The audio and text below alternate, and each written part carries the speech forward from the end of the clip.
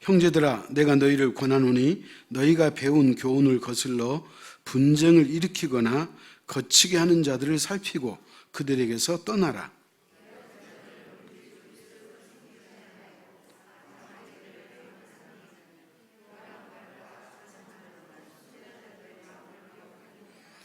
너희의 순종함이 모든 사람에게 들리는지라. 그러므로 내가 너희로 말미암아 기뻐하노니 너희가 선한 데 지혜롭고 악한 데 미련하기를 원하노라.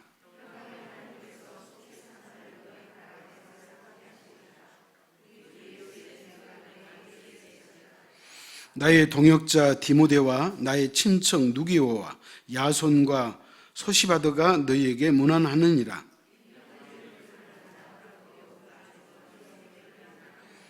나와 온 교회를 돌봐주는 가이오도 너희에게 문안하고 이 성의 재무관 에라스도와 형제 구아도도 너희에게 문안하느니라.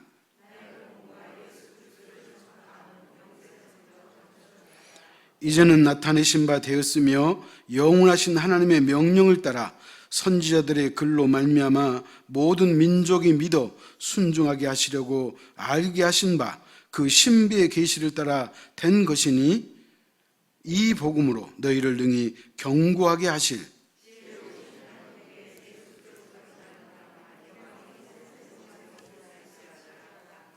아멘.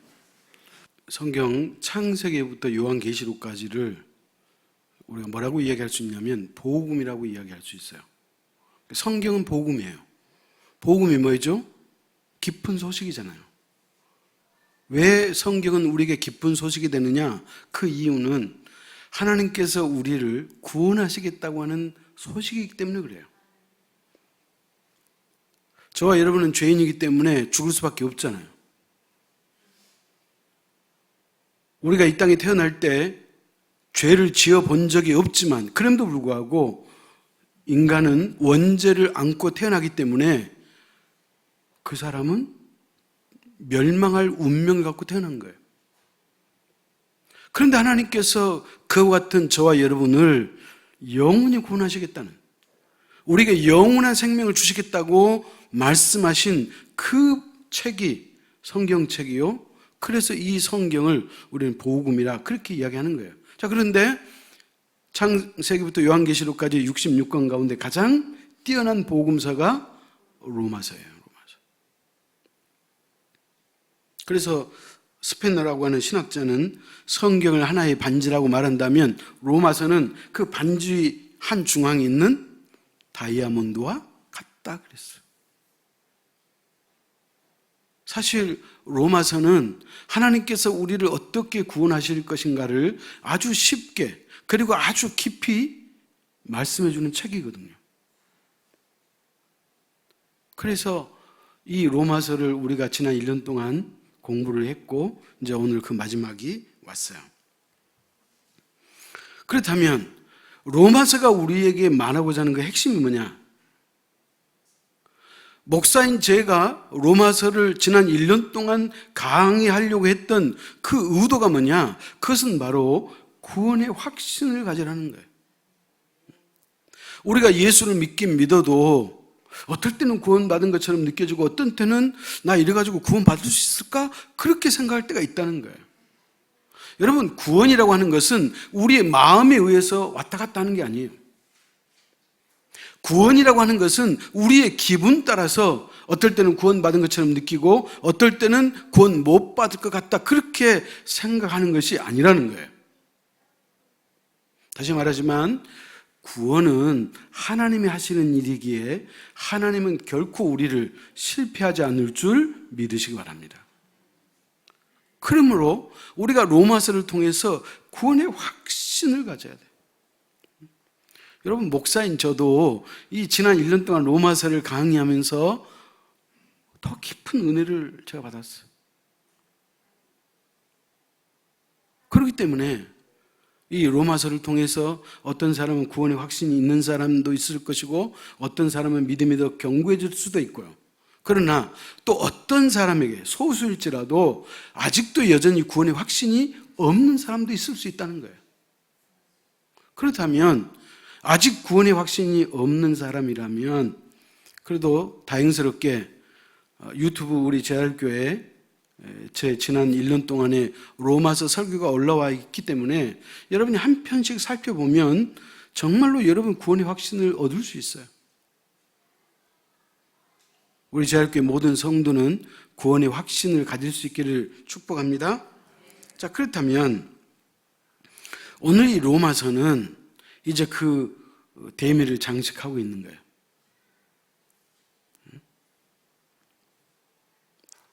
다시 말하면 사도 바울이 우리에게 하고 싶은 얘기를 다 하고 인사까지 했다는 거예요. 그런데 인사를 하고 났더니 하고 싶은 말이 또 한 가지가 생긴 거예요. 여러분, 우리가 요즘은 그렇지 않지만 옛날에 우리가 편지를 쓰잖아요. 편지를 쓰다가 빠진 것이 있으면 맨 마지막에 때 어떻게 쓰죠? PS 그러잖아요. PS. 추신. 그러니까 오늘 본문은 사도 바울이 로마서를 끝맺으면서 마지막 한 가지 빠뜨린 그 이야기, 이 중요한 일을 하고 싶은 거예요. 그래서 오늘 말씀의 제목이 마지막 당부, 그렇게 말하고 있는 거예요. 사랑하는 성도 여러분, 우리가 알고 있는 것처럼 하나님의 교회는 영광스러운 것이에요. 교회가 뭐예요? 이 건물이 교회예요? 아니에요. 오늘 저와 여러분의 이 앉아 있잖아요. 저와 여러분의 이 모임이 교회예요. 하나님이 저와 여러분이 오늘 이 예배당에 나오셔가지고 예배드리는 이 모습을 보고 얼마나 기뻐하시겠어요? 하나님은 저와 여러분을 바라보실 때마다 막 어쩔 줄을 몰라 하실 만큼 사랑하는 줄 믿으시기 바랍니다. 그렇기 때문에 하나님의 교회는 영광스러운 곳이에요. 왜냐하면 하나님이 택하시고 하나님이 사랑하는 그 사람들이 모여있기 때문에 그래요. 아멘? 자, 그런데 하나님이 가장 좋아하고 하나님이 가장 아끼고 사랑스러워하는 그 사람들이 모여있는 이 교회를 아주 시기심과 질투로 바라보는 또 다른 세력이 있다는 거예요. 그게 누구겠어요? 사단이에요. 하나님은 어떻게 하든지 저와 여러분을 구원하려고 애를 쓴다면 사단은 어떻게 하든지 저와 여러분이 예수를 떠나고 신앙생활을 멀리하고 그래서 지옥 가는 것이 자신의 뜻이라고 생각하는 사탄이 있다는 거예요. 하나님은 우리를 살리려고 하고 사단은 우리를 멸망시키려고 하는 그 세력이 언제까지? 우리가 이 땅을 떠날 때까지 우리 곁에서 호시탐탐 노리고 있다 이 말이에요. 그래서 사도 바울이 이것을 생각하면서 옳지, 내가 이 마지막으로 이 소리하고 끝맺어야겠다, 그 얘기예요. 사랑하는 성도 여러분, 사단은요 우리를 멸망시키려고 어떻게 오느냐, 살며시 와요. 사단은 우리 교회 안에 살며시 와요. 겨울에 눈이 소복히 내릴 때 소리 없이 오잖아요. 사단이 우리 가운데 그렇게 온다는 거예요. 예수님이 사단을 이렇게 표현했죠. 겉모습은 양이나 그 속에는 누가 있다? 이리가 들어있다는 거예요. 사단이 그렇게 교활해요. 자, 그런데 이 사단이 우리 안에 슬며시 와가지고 뭘 하느냐? 다른 복음을 전한다는 거예요. 다른 복음. 다른 복음은 뭐냐면 우리를 미혹하는 거예요. 쉽게 말하면 헛소리 한다는 거예요. 헛소리. 사단은 우리 속에 들어와가지고 우리에게 헛소리 하는 거예요. 너 그렇게 믿어서는 안 돼. 믿음이라고 하는 것은 이런 거야. 그걸 성경은 뭐라고 얘기냐면 다른 복음이다 그렇게 말하고, 그 다른 복음을 전하는 것을 우리는 뭐라고 얘기하느냐? 이단이라 그렇게 이야기해요. 이단. 그러니까 사도 바울이 2000년 전에 로마서를 마무리하다가 딱 한 가지 생각이 났는데 그게 뭐냐? 이단을 조심하라. 그 얘기예요. 그 사도 바울의 마지막 당부가 바로 그거예요. 왜냐하면 이단은 지금도 여전히 교회를 괴롭히기 때문에 그래요. 이단은 여전히 오늘도 많은 사람을 미혹해가지고 하나님으로부터 멀어지게 하는 거예요. 멸망시키는 것이 이단의 작전이라고 그랬잖아요.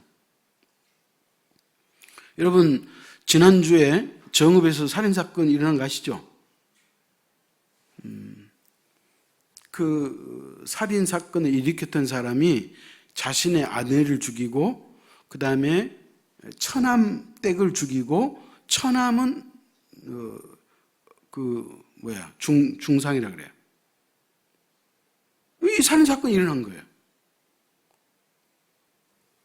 그래서 사람들은 또 신문에 제가 몇몇 기사를 봤더니 제대로 이야기가 안 된 기사가 있어요. 근데 실제 사건이 이런 거예요.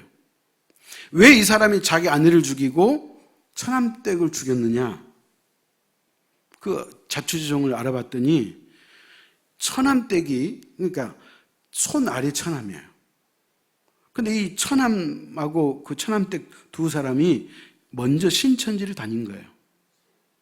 그래가지고 자기 누나를 쉽게 말하면 꼬드겨가지고 누나가 신천지에 빠진 거예요. 여러분 알다시피 신천지에 빠지면 어떻게 돼요? 가정이 해체되는 거예요. 그래서 이 두 사람이 이혼했어요. 그러니까 결국 뭐냐면 신천이라는 이단 때문에 살인사건이 일어나가지고 한 가정도 아니고 두 가정이, 그것도 형제, 남매 가정이 뭐예요? 어떻게 되는 거예요? 망해버린 거잖아. 이단이 그렇게 무서운 거예요. 그러니까 2000년 전에 사도 바울이 그 이단에 대해서 우리에게 경계하도록 하기 위해서 오늘 이 말씀을 주셨다 그런 말이에요. 오늘 17절에 보면 이단의 특성 세 가지가 나와요. 17절 우리 같이 한번 읽겠습니다. 형제들아, 내가 너희를 권하노니 너희가 배운 교훈을 거슬러 분쟁을 일으키거나 거치게 하는 자들을 살피고 그들에게서 떠나라. 그러니까 이단의 첫 번째 특징이 뭐냐? 너희가 배운 교훈을 거스른다는 말은 우리가 하나님의 말씀을 배웠는데 다른 교훈을 전한다는 거예요, 이단은. 여러분, 예수 그리스도가 우리의 메시아고 우리의 구원자잖아요. 근데 신천지는 누가 구원자예요? 이만희 교주가 구원자예요. 이만희를 믿어야지 구원받는다고 그렇게 가르치는 거예요. 이만희는 영생 불사한다고 가르치는 거예요. 그러니까 이거 여러분, 그게 다른 복음이에요. 그래서 이단은 다른 교훈을 이야기하고, 두 번째는 어떻게 하느냐? 너희 분쟁을 일으키거나 그랬네요. 여러분, 이단은요, 분쟁을 일으켜요.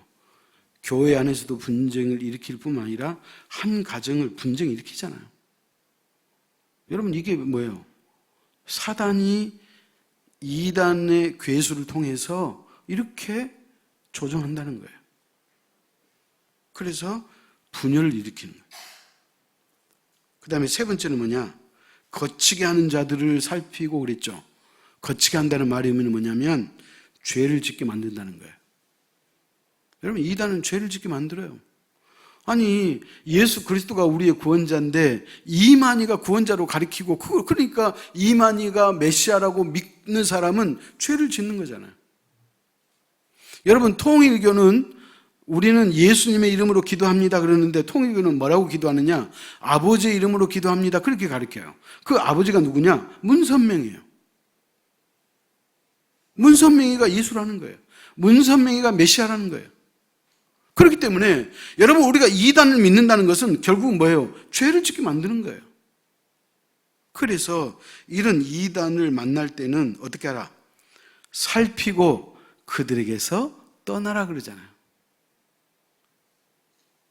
여러분, 살핀다는 또 다른 말의 의미는 뭐냐? 분별해내라는 거예요. 이단인지 아닌지 분별하라는 거예요. 여러분, 우리가 신앙생활을 그냥 대충 하면 그 소리가 그 소리 같고 그 소리가 옳은 소리 같이 그렇게 들려요. 그래서 사도 바울이 단호하게 이야기하잖아요. 그들을 살피고 그들에게서 떠나라. 그렇게 말하고 있는 거예요. 자, 그러면서 18절에는 이단과 거짓 교사들의 특징이 나와 있어요. 18절 같이 읽습니다. 이 같은 자들은 우리 주 그리스도를 섬기지 아니하고 다만 자기들의 배만 섬기나니 교활한 말과 아첨하는 말로 순진한 자들의 마음을 미혹하느니라. 여러분, 이단들은 어떻게 한다고 그래요? 우리 주 그리스도를 섬기지 않게 한다는 거예요. 예수 그리스도를 섬기지 못하게 하는 게 이단의 특징이에요. 두 번째는 뭐예요? 자기들의 배만 섬기나니. 결국 신천지의 이만이나 통일교의 문선명이 모든 이단의 교주들은 결국 자기 배를 채우려고 그런 거예요. 자기 배. 틀리지 않아요. 그렇기 때문에 예수를 못 믿게 하는 것은 사단의 기뻐하는 일을 감당하는 것이고, 또 뭐예요? 자기들의 배만 챙긴다 그러잖아요. 그래서 교주가 생기는 거예요. 그러면서 교활한 말과 아첨하는 말로 순진한 자들의 마음을 미혹하느니라. 제가 몇 개월 전에 그 신천지 빠진 자매 하나를 이제 빼려고 그 이단 전문가하고 같이 제가 여러 번 방문한 적이 있어요. 이 자매는 모태 신앙이에요. 이 자매의 작은아버지가 전주에 있는 모 교회 목사님이시더라고.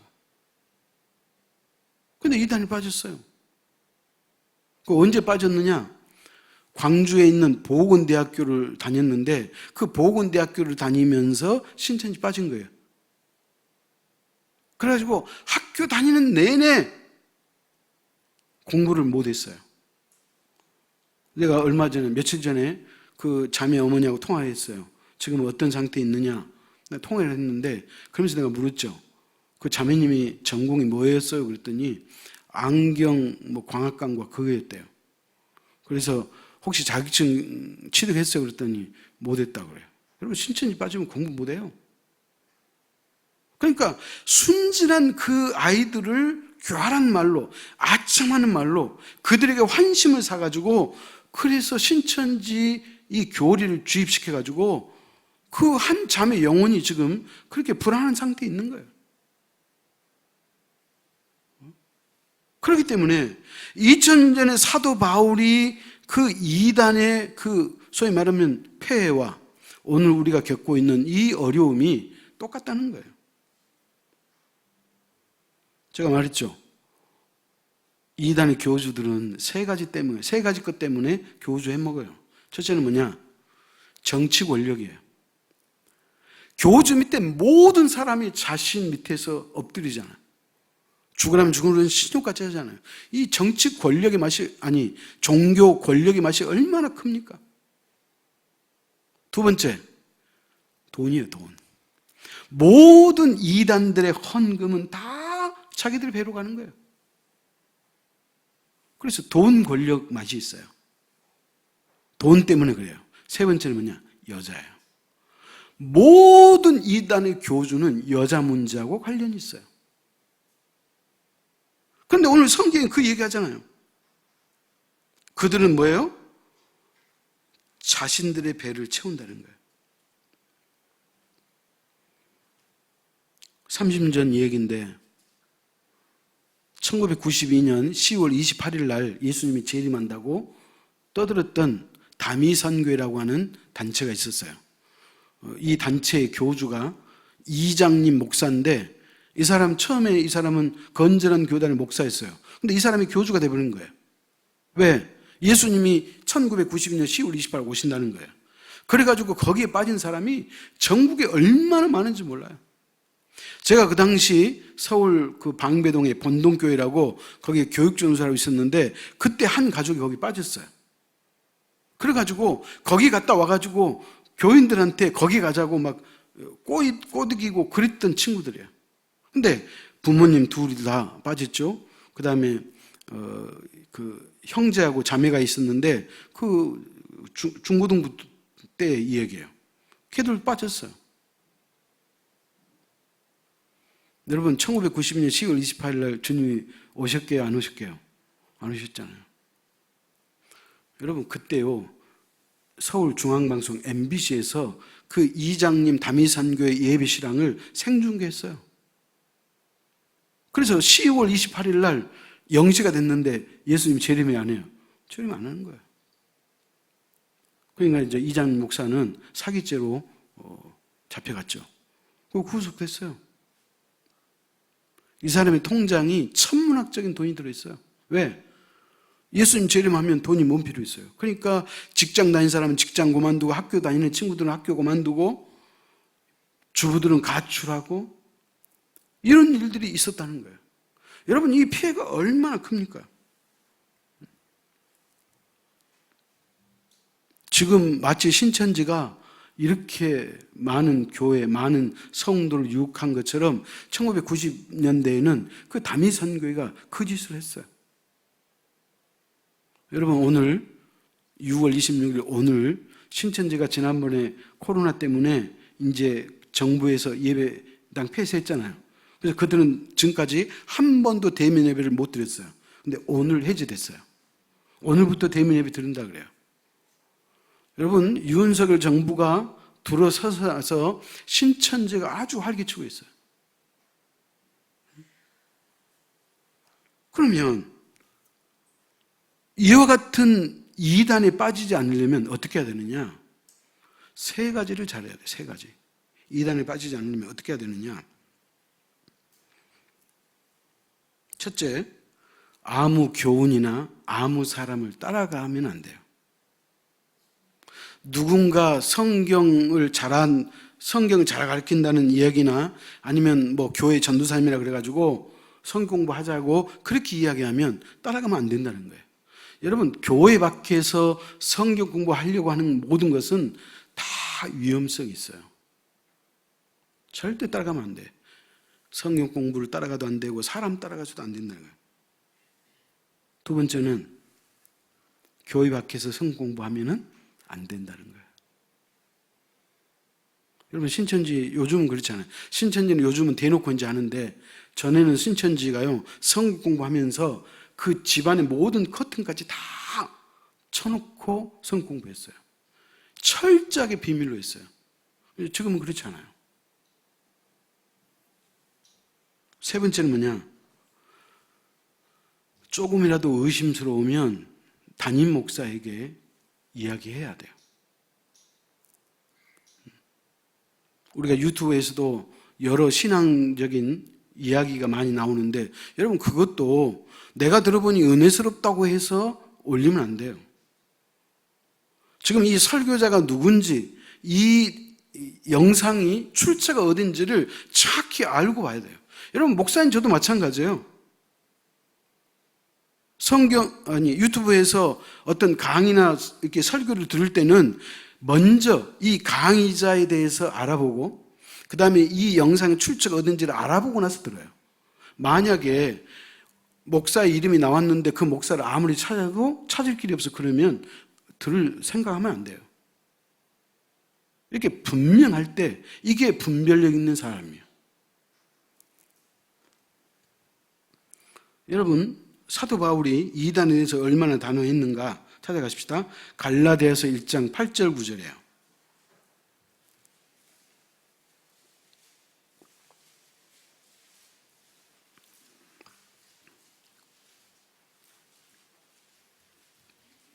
갈라디아서 1장 8절 9절 교도합니다.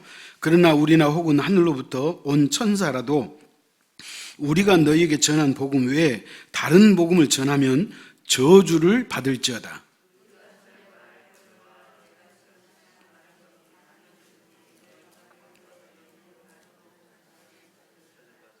아멘. 여러분 뭐라고 얘기해요? 우리 가운데 누구든지 다른 복음을 받아들이면 그 사람 저주받는다. 또 한 가지는 뭐예요? 우리 가운데 누구든지 다른 복음을 전하면 그 전하는 사람이 뭐예요? 저주받는다 그러잖아요. 여러분, 사도 바울의 개인 생각이 아니에요. 사도 바울을 통해서 하나님이 하신 말씀이에요. 성경에 기록된 하나님의 거룩한 계시의 말씀 외에 인간이 만드는, 인간이 거기다가 플러스했던 그 다른 복음을 전하면 그 복음을 받아들이는 사람도 저주받고 그 복음을 전하는 사람도 저주받는다, 그렇게 말하고 있는 거예요. 여러분, 사도 바울만 그러지 않아요? 요한복음과 요한 1서, 요한 2서, 요한 3서, 그리고 요한 계시록을 썼던 사도 요한도 이단에 대해서 뭐라고 얘기했는지 찾아갑시다. 요한 2서 10절에서 11절이에요.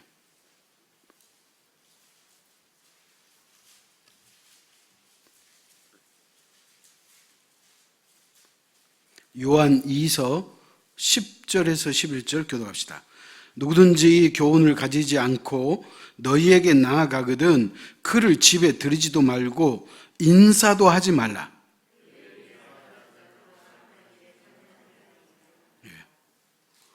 이단에 빠진 사람을 인사도 하지 말고 자기 집에 들이지도 말래요. 만약에 이단하고 마주하고 인사만 나눠도 그 사람은 뭐예요? 악한 일에 참여한 사람이다, 그렇게 말하는 거예요. 그러니까 여러분, 성경은 우리에게 원수까지 사랑하라고 그러잖아요.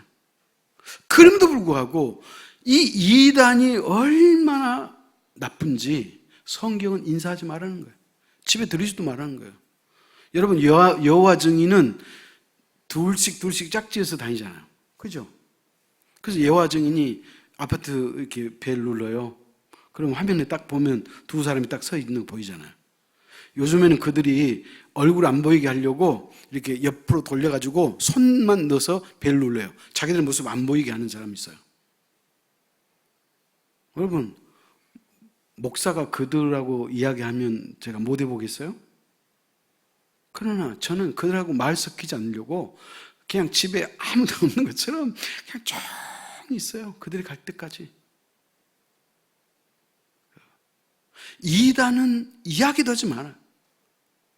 인사도 하지 말라고 그렇게 이야기하는 거잖아요. 왜냐하면 그만큼 이단이 위험하기 때문에 그래요. 사랑하는 성도 여러분, 이단은 저와 여러분의 영혼의 사냥꾼인 것을 믿으시기 바랍니다.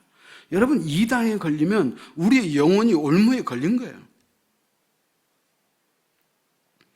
또 성경은 이단에 대해서 뭐라고 얘기하는지 찾아갑시다. 고린도후서 11장 14절 15절.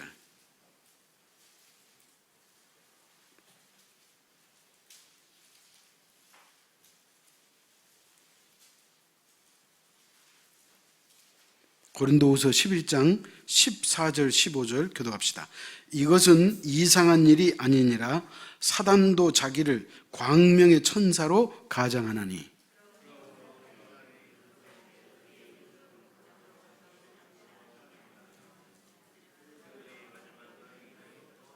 네. 여러분, 사단은 어떻게 찾아온다고요? 광명한 천사로 온다.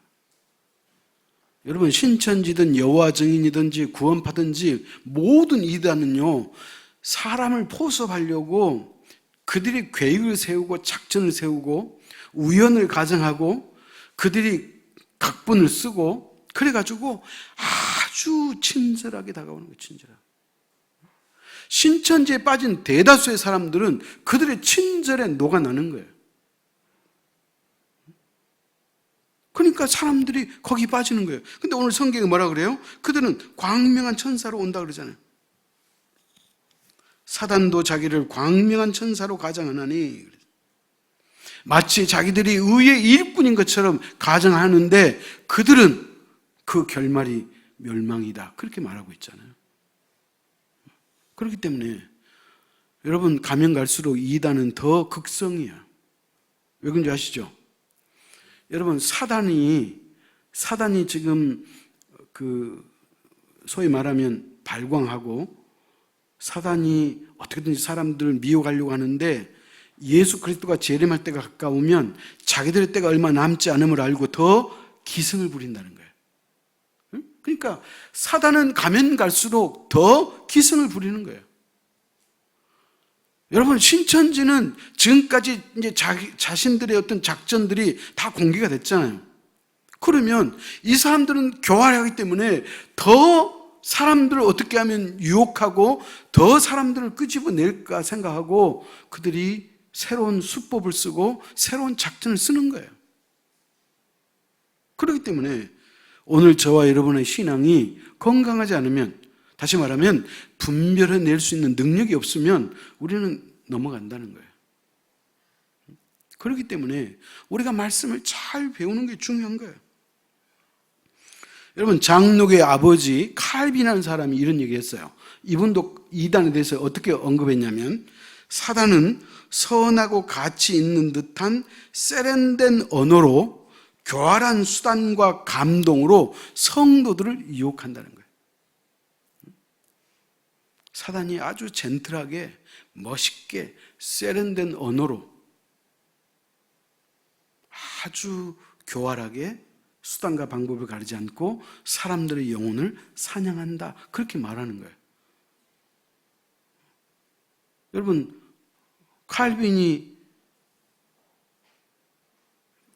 칼빈이라는 사람은 우리보다 약 500년 전 사람이거든요. 그러니까 그때도 이단이에요. 예수님 당시도 이단, 초대교회도 이단. 그러니까 기독교 2000년 역사에 이단이 없을 때가 없었어요. 항상 이단은 있는 거예요. 항상 이단은 여러분의 옆에 있다고 생각하면 돼. 그렇기 때문에 항상 신앙은 뭐예요? 말씀 중심, 교회 중심으로 해야 돼. 그게 건강한 신앙이고 여러분이 여러분의 영혼을 지켜낼 수 있는 방법이에요. 그러므로 사랑하는 성도 여러분, 이단의 미혹에 빠지지 말고 하나님의 말씀으로, 복음으로 무장하여 여러분이 여러분의 영혼을 지켜낼 수 있기를 축복합니다. 자, 이 이야기를 하고 나서 사도 바울이 또다시 자신의 동역자를 언급하고 있는데 여러 사람이 나와요. 8사람이 나오는데 그 첫 번째 사람이 21절에 보면 디모데라는 사람이 나와요. 여러분, 디모데 그러면 무슨 생각 든가요? 사도 바울의 믿음의 아들이에요. 그러니까 디모데는 바울의 동역자이면서 마치 바울의 오른팔과 같은 그런 사람이었어요. 그러니까 사도 바울에게는 믿음의 아들이라고 하는 이 디모데가 항상 옆에서 자신을 도왔다는 거예요. 그렇기 때문에 사도 바울이 이 복음을 전하는 일에 이방인의 사도로서의 역할과 사명을 감당했다, 그렇게 말하고 있는 거예요. 그 다음에 또 21절에 보면 누기오라는 사람이 나오는데 이 사람은 누구냐? 이 사람은 구레네 사람으로 안디옥에서 바울과 바나바를 파송할 때 그때 역할을 감당했던 사람이에요. 그러니까 이 사람의 신앙이 안디옥 교회에서 건강해가지고 바울과 바나바를 선교사로 파송하는 일을 감당했다, 그 얘기예요. 그 다음에 야손이라는 사람이 21절에 나오는데 이 사람은 뭐냐? 데살로니가 교회에서 바울을 영접한 사람이에요.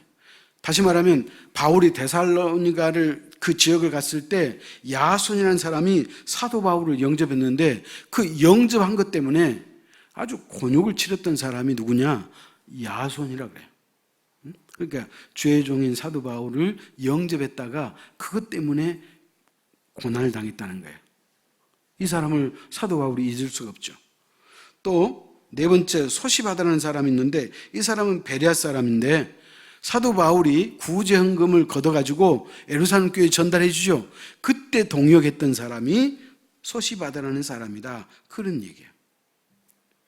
그 다음에 더디오라는 사람이 나오는데 여러분, 오늘 본문 22절 우리 같이 한번 읽겠습니다. 시작.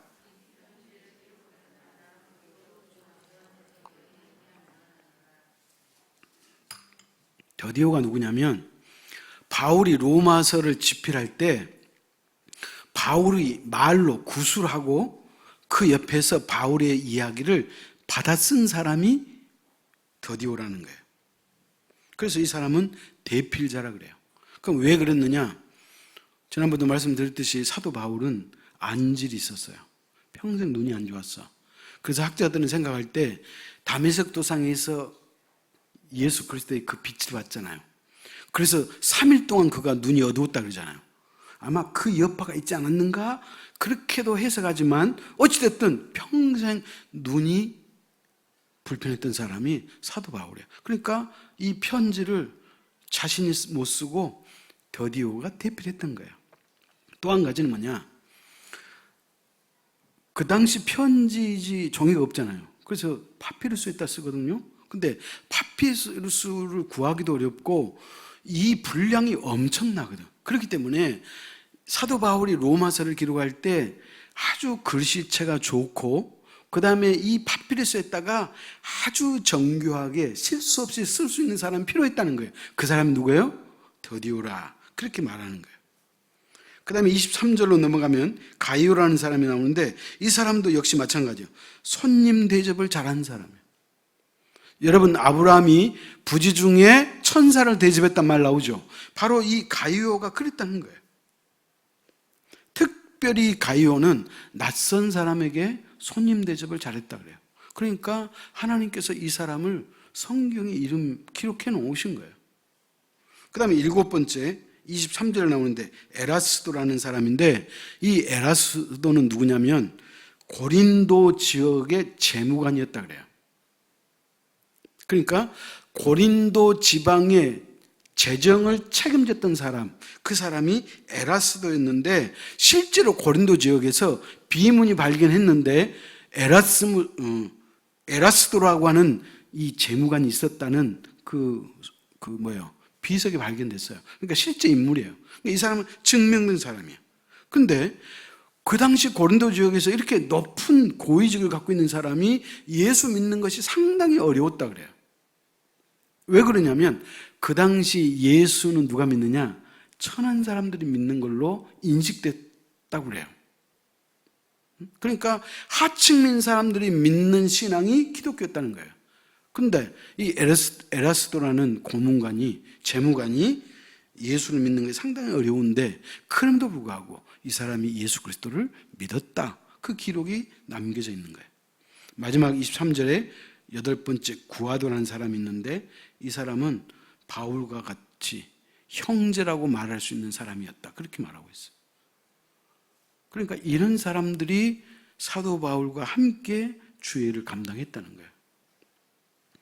그러므로 사랑하는 성도 여러분, 교회는, 신앙생활은 혼자 하는 것이 아니에요. 반드시 교회 공동체라고 하는 이 공동체 이름으로 우리가 함께 협력하는 거예요. 그런 교회가 건강한 교회인 것을 믿으시기 바랍니다.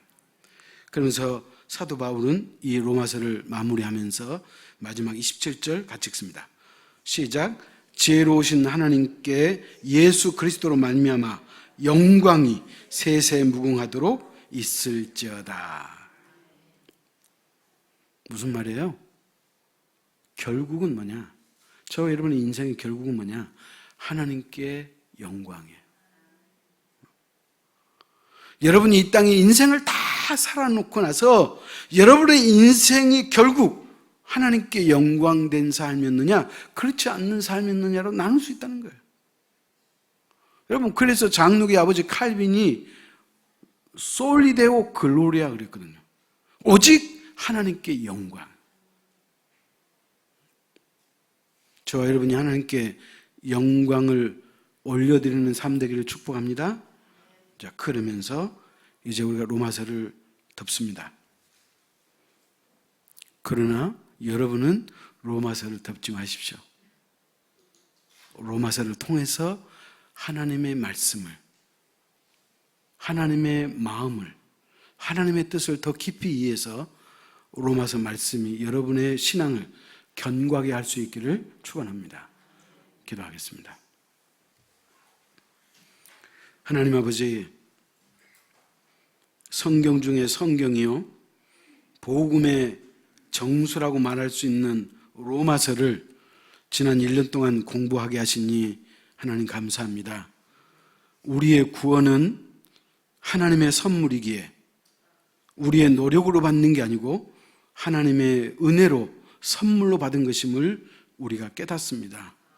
그러므로 아버지 하나님, 우리가 이 생명의 복음을 우리가 깊이 받아들이게 하시고 이 로마서를 통해서 이제는 결코 우리의 믿음이 추워도 흔들림이 없도록 도와주시고 이 믿음을 통하여 어떤 이단도 우리가 분별해낼 수 있는 능력을 우리에게 허락하여 주옵소서. 그래서 아버지 하나님, 우리의 마지막 삶이 하나님께 영광되게 하시고 또 우리의 삶의 열매가 영원한 천국, 하나님의 나라 백성이 될 수 있도록 우리 모두를 축복하여 주옵소서. 예수님의 이름으로 기도하옵나이다. 아멘.